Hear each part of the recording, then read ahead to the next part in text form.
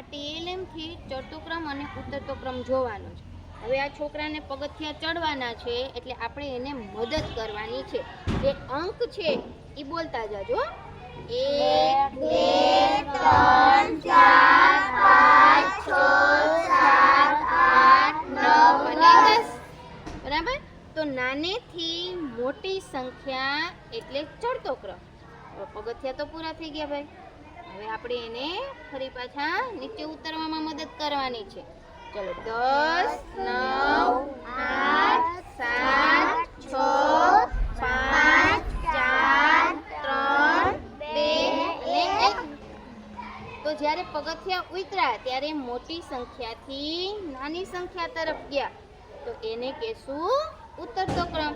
એ 10 9 8 તો પગથિયા ઉતર્યા તો મોટેથી નાની એટલે ઉતરતો ક્રમ અને નાનેથી મોટી એટલે